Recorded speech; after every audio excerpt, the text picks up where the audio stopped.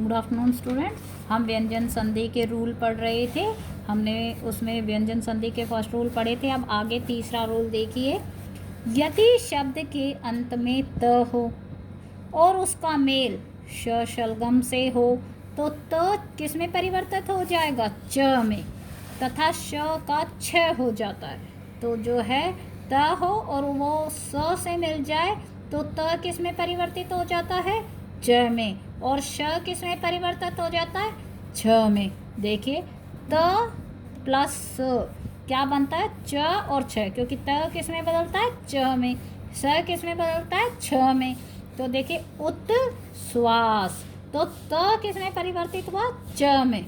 और श किस में बदला? छ में। तो क्या बन गया? उच्छ्वास। उसी तरह उत्शिष्ट, त किस में बदला? च में। श किस में बदला? छ में। तो क्या हो गया? उच्छिष्ट। अब देखिए, यदि त और द के बाद च वर्ग का व्यंजन आए तो त और द च वर्ग के व्यंजन के अनुरूप हो जाते हैं। मतलब कि त और द के बाद क्या आ जाए? च वर्ग का कोई सा भी व्यंजन आ जाए, च, छ, ज, झ, तो त और द च वर्ग के व्यंजन के अनुरूप ही चेंज हो जाते हैं। कैसे? त प्लस च, त किस में बदल गया? च में। च तो है ही च में।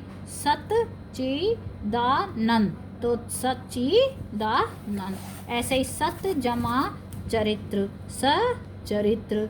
उच्चारण, उच्चारण। त जमा ज, सत जमा जन, सज्जन। उत जमा ज्वल, उज्ज्वल। द जमा ज, विपद जाल, तो विप जाल। अगला, यदि त वर्ग के बाद ट वर्ग हो तो त वर्ग का व्यंजन ट वर्ग के व्यंजन में बदल जाता है। अगर त के बाद क्या लगा हो? ट, तो त वर्ग का व्यंजन किस में परिवर्तित हो जाएगा? ट वर्ग के व्यंजन में। कैसे?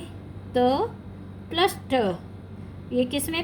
वृहद प्लस टीका, वृहट टीका।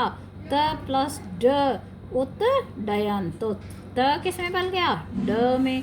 और ऐसे ही द किस में बदल गया? ट में, तो उड्डयन।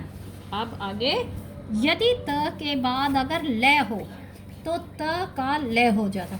यदि त के बाद हमने ल लगाया हो तो किस में परिवर्तित हो गया? ल में ही। तत् प्लस लीन, तल लीन। उत जमा लेख, उल लेख। यदि त के बाद न हो तो त भी न हो जाता है। देखिए, उत जमा नत, उन नत। ये आधे क्यों लग रहे हैं?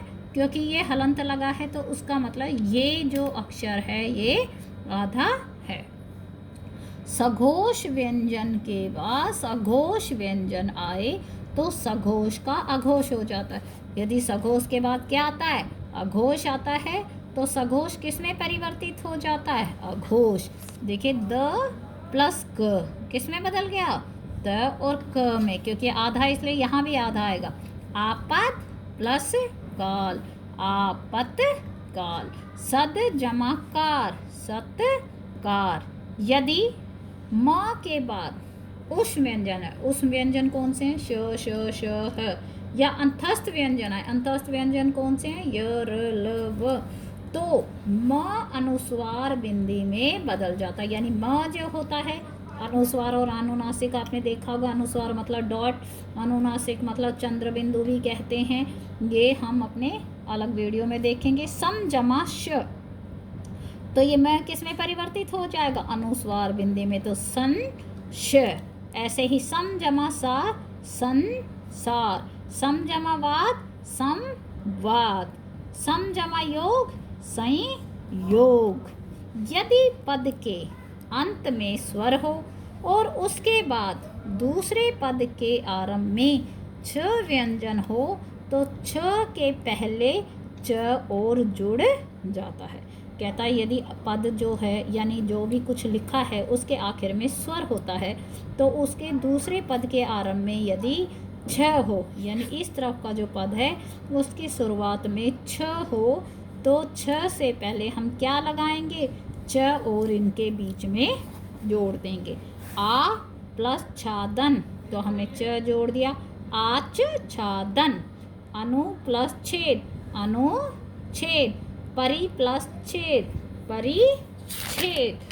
अब देखिए, यदि पूर्व शब्द के अंत में अ आ को छोड़कर कोई अन्य स्वर हो और बाद वाले शब्द का पहला व्यंजन स श स हो तो श षटकोण हो जाता है। स सपेरा वाला होगा तो किस में परिवर्तित हो जाएगा? स में।